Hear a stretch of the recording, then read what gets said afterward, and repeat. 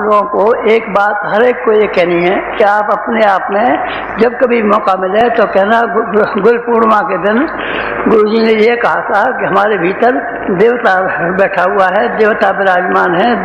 देवता जो काम किया करते हैं, देवता जिस काम के लिए अपना जीवन लगाया करते हैं, जिसके लिए पुरुषार्थ किया करते हैं, वो पुरुषार्थ हमारे सुपुर्द किया गया है। एक बात तो मुझे आपसे ये कहनी है, एक बात। दूसरी बात ये कहनी थी मुझे, महाभारत जब हुआ था तब अर्जुन ये कह रहा था कि हम 5 पांडव हैं, मारे जाएंगे, और कौरव 100 हैं। कौरवों के पास इतनी सेना है, हमारे पास तो कोई भी आदमी नहीं है, थोड़े से 5-50 आदमी हैं, हमारा युद्ध कैसे हो सकता है। इसलिए वो मना कर रहे थे, अर्जुन बार बार मना कर रहा था, महाराज हमको लड़ाई मत, और ये इसमें सफलता हमको नहीं हो सकती। हम कैसे सफल हो जाएंगे आप बताइए, कोई हिसाब भी तो चाहिए, कोई गणित भी तो होना चाहिए। हम इनसे लड़ेंगे तो लड़ करके पता है कैसे पाएंगे, बीच कैसे पाएंगे। लेकिन भगवान ने उनको ये कहा था, देखो मैंने इन सबको मार के रखा है, जितने भी दुर्योधन की सेना तुमको दिखाई पड़ती है, मैंने पहले ही मार के रखा है और तुम्हारे लिए सिंहासन सजा करके रखा है।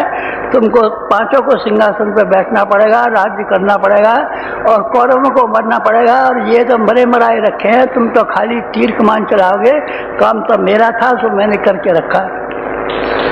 इस युग को बदलने के संबंध में जो बड़े महत्वपूर्ण काम करने हैं, उनके संबंध में आपको तो केवल श्रेय लेना है, श्रेय लेना है, केवल आपको श्रेय लेना है। जीतना किसी से है और हारना किसी से है, न किसी से हारना है, न किसी से जीतना है, न किसी को मारना है, और न कोई पुरुषार्थ करना है। आपको तो उसको विजय प्राप्त करने का जो श्रेय मिलना चाहिए, वो श्रेय प्राप्त करना है।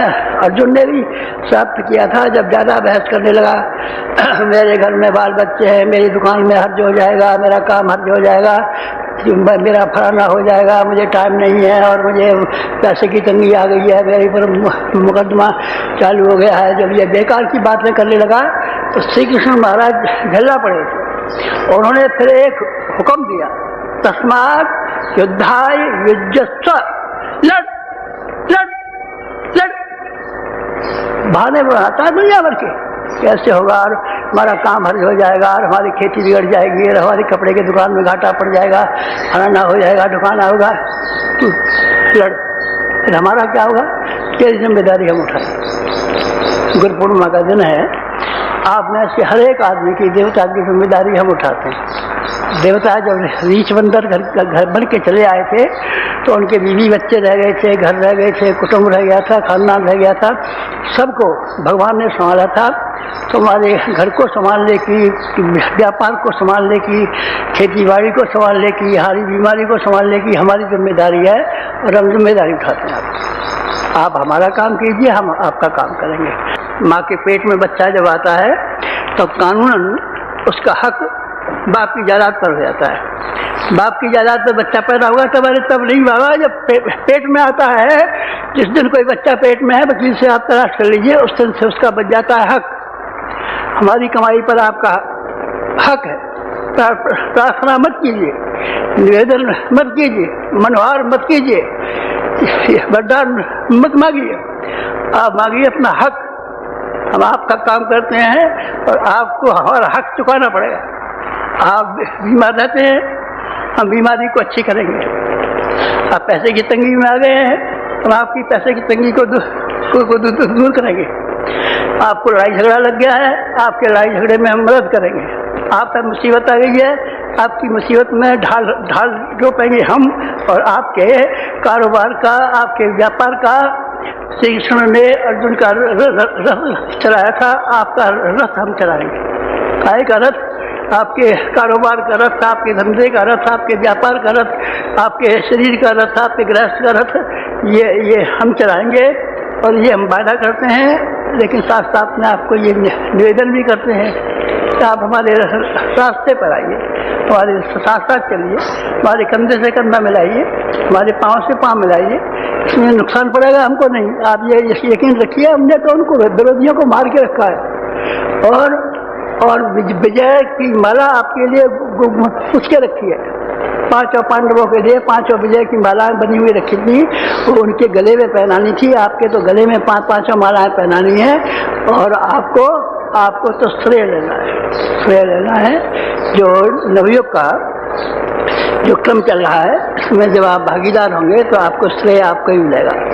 आपका घरेलू काम तो बेटा वही है आपका। हमारे बाल बच्चा नहीं होता है तो तेरे हम कर देंगे बाल बच्चे। हमारा जी बीमार रहते हैं तो बेटा हम तेरी बीमारियां दूर कर देंगे। हमारे व्यापार में नुकसान होता है तो तेरे व्यापार का नुकसान की हमारी जिम्मेदारी है। तेरे व्यापार में जो घाटा पड़ जाए तो हमसे वसूल कर ले जाना, तेरे व्यापार का पूरा हम कर देंगे। बस हो गया। लेकिन जब बच्चा बड़ा हो जाता है तब कुछ बड़ी चीज दी जाती है। छोटे बच्चे को दी जाती है, लेमन जूस दी जाती है, सीटी दी जाती है, गुब्बारा दिया जाता है, कुल्फी दी जाती है, बिस्कुट दिया जाता है, छोटे बच्चों को दिया जाता है। ये चीज़ें जो अभी मैंने बताई आपको, ये तो छोटे बच्चों की थी। आप तो जवान हो गए, आप मुझे जवान दिखाई पड़ते हैं, आपको ही बच्चा दिखाई नहीं पड़ता है, सब जवान है। तो जवानों को आप क्या देंगे? जवानों को आपका ब्याह करेंगे। क्या करोगे हमारा? अरे ऐसी बहू लाएंगे जो एमए तक पढ़ी हुई और खूबसूरती में तू देखना चाहे तो सिनेमा किसी तुझे मालूम पड़े, ऐसी बहू लाएंगे। अच्छा, और पहले तो आप गुब्बारा देते थे, बच्चा था तो गुब्बारा देते थे, अब तेरे लिए बहू लाएंगे। तो बहू का दुकान पर बिकती है? दुकान पर नहीं बिकती है बेटा। बहू को लाने के लिए बहुत खर्च करना पड़ता है। हम बहुत खर्च करेंगे तेरी बहू के लिए, जेवर बनवाएंगे, कपड़ा बनवाएंगे, बारात ले जाएंगे और बैंड बाजे वाले ले जाएंगे और धूम धमक्के से लाएंगे, तेरे घर में बहू लाएंगे। एक और बेटा, पहले तो तू स्कूल जाता था तो फीस के पैसे ले जाता था, अब फीस के पैसे ले जाने की जरूरत नहीं है। अब हम तेरा काम धंधा चलाएंगे। तू बड़ा हो गया है, भाई भाइयों में लड़ाई होगी, भाई कहेगा साहब हमारा काम अलग करा दीजिए, इसका काम अलग करा दीजिए, तो हम तेरा काम ये अलग करा देंगे, तेरा धंधा भी अलग करा देंगे, तो धंधे को भी चला देंगे। एक और जो हमारे पास बाकी बचा है वो भी फिर तुझे बांट के देंगे। नहीं तो तुम तो जब मरोगे तब अपनी कमाई अपने संग ले जाओ। नहीं बेटा, ऐसा हम नहीं करते। हम आपको यकीन दिलाते हैं कि जो हमारी कमाई है वो तुमको देके जाएंगे, चाहे वो पुण्य की कमाई हो, चाहे वो सांसारिक कमाई हो, चाहे आध्यात्मिक कमाई हो। उस कमाई में तुम्हारा हिस्सा है, हमारा हिस्सा नहीं है। हमें करना क्या है? हमें देना किसको है? तो देना था तो हम दिया है। बाप दादों की 2000 बीघे जमीन थी, वो हम दिया है। और आपके पास कुछ स्त्री के पास जेवर था, जेवर भी हम दान में दिया है। बच्चों की गुल्लक में पैसे थे, वो भी हम दिया है। अब आपके पास क्या है? हमारे पास ये कपड़ा है, ये धोती है, और कुछ आपके पास धन है नहीं बेटा। धन के नाम पर एक कानी कौड़ी का लाखवां हिस्सा भी हमारे पास में। तो ये आपको तलाशी लेनी हो या मरने के बाद पता लगाना हो कि गुरु जी के पास क्या मिला, किस तरह धन था, तो आपको एक कानी कौड़ी का 1000वां हिस्सा भी नहीं मिलेगा। तो मालूम पड़ेगा कि एक भिखारी शांतकुंज में रहा करता था और यहाँ से रोटी खाया करता था, सारे दिन 24 घंटे काम करता। आपको यह मालूम पड़ेगा। हमारे पास नहीं है कुछ, लेकिन है हमारे पास। न होते तो हम इतनी बड़ी बात में क्यों कहते? हमारे पास वो भी तप है। कौन सा? इसको हम सामान्य क्लास का कहते हैं, जिससे आपकी मुसीबतें और कठिनाइयों में हम सहायता कर सकते हैं। तो एक वो जिसमें आपको संसार का हम नेता बनाना चाहते। नेता हमको भगवान ने नेता बना के भेजा। उन भविष्यवाणियों में से एक ही काम किया है आपके कि हिंदुस्तान सारी दुनिया का नेतृत्व करेगा।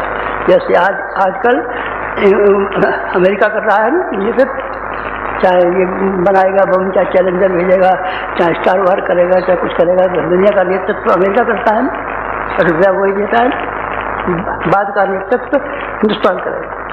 और हिंदुस्तान को करने के लिए, उनको करने के लिए बड़े कर्मठ चाहिए, बड़े शक्तिशाली चाहिए, बड़े क्षमता संपन्न चाहिए, बड़े योद्धा चाहिए, बड़े लड़ाकू चाहिए, बड़े इंजीनियर चाहिए, बड़े समर्थ आदमी चाहिए। वो मैं तलाश कर रहा हूँ। मैं योग्यता नहीं है बेटा, तो मैं यही तो कह रहा हूँ आज सुबह कि मैं तुम्हें योग्यता दूंगा।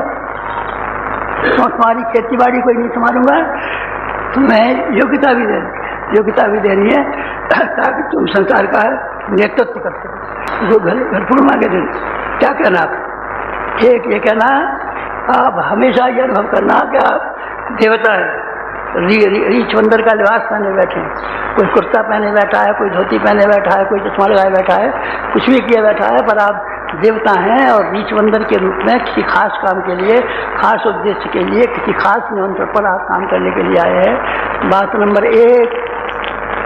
बात नंबर 2, जो आपको मुश्किल मालूम पड़ती है कि संसार में से बुराइयाँ दूर कैसे होंगी और अच्छाइयाँ की वृद्धि कैसे होगी, तो हमने वो नास्ट्रोडम की जो राजनीतिक भविष्यवाणी है वो बता दी है और अपनी स्वयं की भविष्यवाणी बताते हैं कि हमने आपके बैरियों को, दुश्मनों को मार दिया, मर गए, मरे हुए रखे हैं और आपके लिए श्रेय जीवित, आपके लिए सौभाग्य जीवित है, आपके लिए मुकुट जीवित है, आपके लिए बड़प्पन जीवित है। आप उस बड़प्पन को उठा लेना।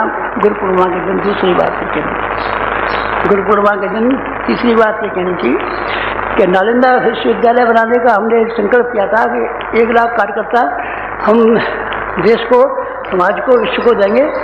1 लाख कार्यकर्ता का कंट्रोल नहीं हो पा रहा है हमारे लिए, इसीलिए आप लोग इसमें ये मदद कीजिए कि 15 दिन के लिए अपने यहाँ प्रज्ञा पाठशाला चलाने के लिए कोशिश कीजिए।